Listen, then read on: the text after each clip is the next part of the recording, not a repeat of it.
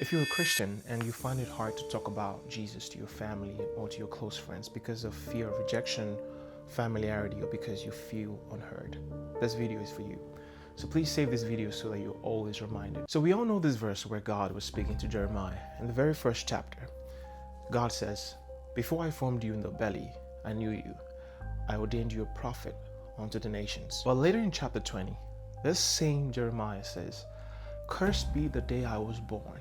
And he also says, "Why did I ever come out of the womb to see trouble and sorrow and to end my days in shame? This man was done." You know, we say things like nations are waiting for us, and we get excited when we receive the call of God upon our lives. Sometimes we imagine the call as a life of honor, influence, luxury, or admiration, which is mostly what we see on social media today. But despite the calling that Jeremiah received in chapter 1, he faced lifelong rejection, persecution, mockery, and intense loneliness just for delivering God's message to the people. It even got to the point where people accused Jeremiah of making up his messages, saying God never sent him and that he was lying.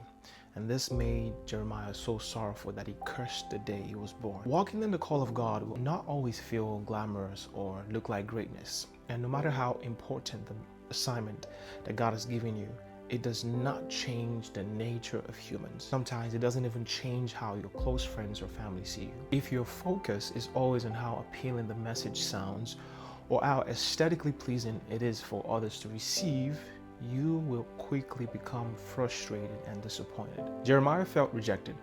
He felt alone because of his calling. At one point, he even felt deceived.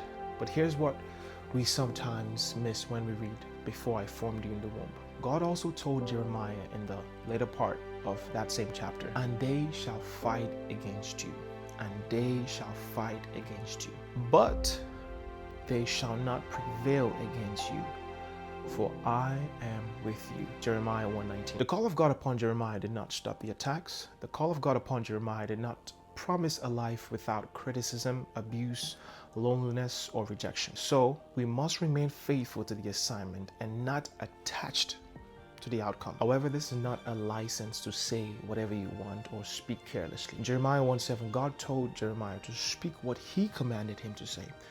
So don't speak from anger, pride, or frustration. The goal is not to win arguments or to prove points, but to point people to Jesus. And lastly, the call of God is not dependent on your status, popularity, background, or age. And remember, God does not call the qualified, but rather he qualifies the called. Stay blessed.